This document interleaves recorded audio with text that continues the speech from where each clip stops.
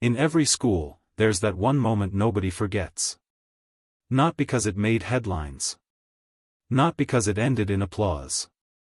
But because it forced people to look, really look, at what they'd ignored. His name was Elijah. 14. Quiet. Small for his age. He wasn't failing any classes. He wasn't starting fights. He wasn't the loudest or the slowest.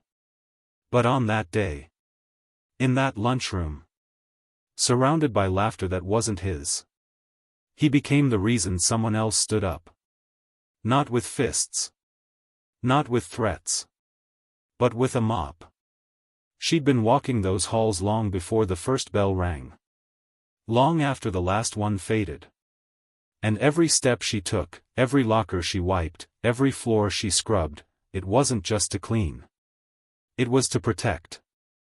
And on the day they laughed loudest, she walked in. Uninvited. With tired arms, a bucket, and a truth no one was ready to hear. This isn't just a story about bullying. It's about the people who carry others through it. Quietly. Until they have to speak. And when she did, the room stopped. Before we continue, what country or city are you tuning in from? Drop it in the comments, we love seeing where you're watching from. And if this story already has your attention, hit the like button and subscribe so you don't miss what comes next. Because sometimes, the person who saves you doesn't do it with words. They do it with work. Elijah had become an expert at pretending nothing touched him. Not the whispers. Not the glances. Not the nicknames muttered just loud enough to hear. Every hallway was a test, not of how strong his legs were, but how long he could carry what no one saw. He wasn't walking with books. He was dragging weight, made of shame, silence, and everything he couldn't say at home. The cruelest thing about humiliation is how invisible it makes you feel. It's loud in the moment, but quiet when it settles. And Elijah had been walking in that quiet for weeks. He didn't ask for help. Didn't push back. Some people think strength looks like speaking out.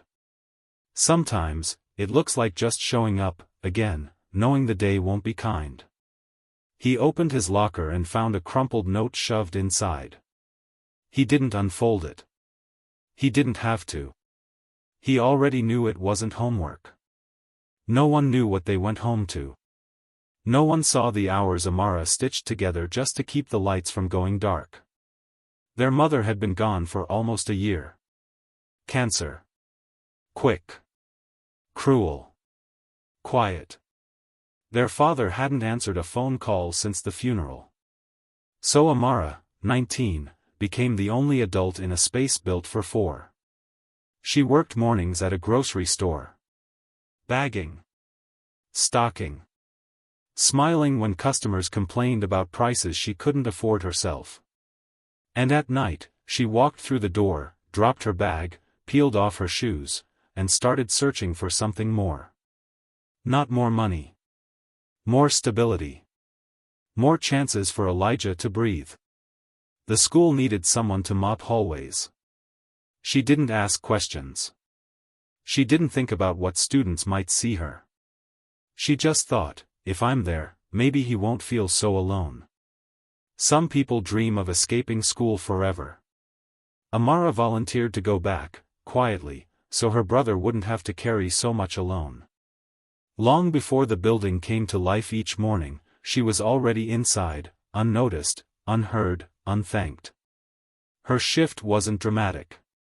No spotlight. No applause.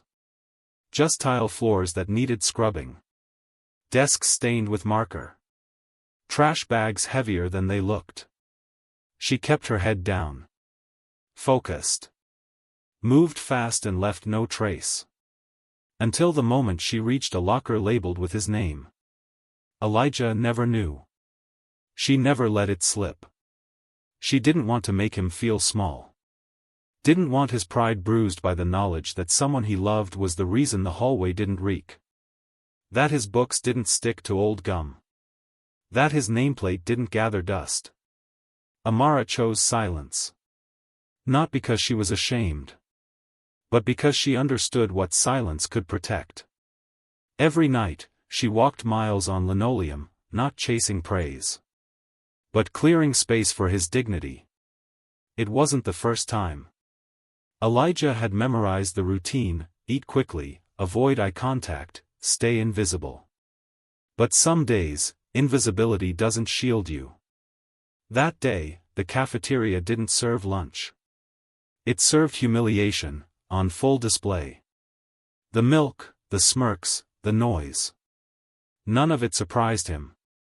That's what made it worse. Pain isn't always loud. Sometimes, it looks like silence so deep you forget what your own voice sounds like.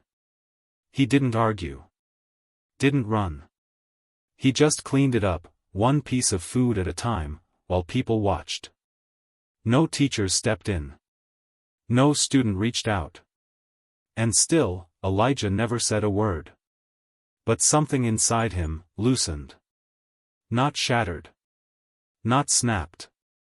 Just loosened. The kind of unraveling that only someone who's been holding too much for too long would recognize. She wasn't meant to be there. The schedule said otherwise. But pain has no clock. No one expects a janitor to interrupt a lunchroom. Yet, when she saw him, broken and isolated, everything else faded. With a mop as her shield, she stepped into the circle of cruelty. Her words were simple. Clear. You think he's alone? I've been with him all along. On my knees. Working so he can stand. Silence fell like a curtain. The laughter stopped. For a moment, the room held its breath. And Elijah, the boy who had vanished into the background, found his place back into the light. That day changed everything. Elijah wasn't suddenly fearless. He didn't erase every painful memory. But something had shifted deep inside. The boy who once shrank from attention began to carry himself with a quiet confidence. His steps found new rhythm. His voice gained weight. The sister who worked unseen had planted a seed, a reminder that he deserved more than the shadows. And as he faced the hallways that once threatened to swallow him whole, he walked with a new purpose. A purpose that said, I'm here. I'm more than what you think.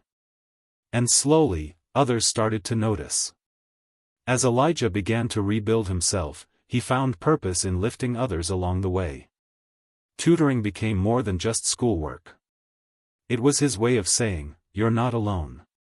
Every patient explanation, every encouraging smile was a quiet rebellion against the silence that had once trapped him. Watching from the doorway, Amara saw what her sacrifice had grown into, a young man learning to shine.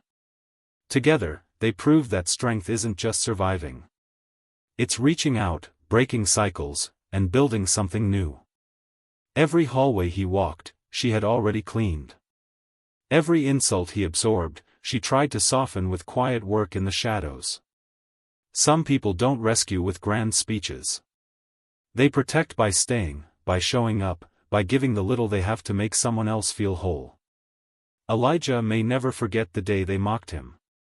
But even more than that, he'll remember who stood up when no one else did. Not with anger. Not with shame. But with courage built from exhaustion, and love that never asked for recognition. Some heroes hold mops.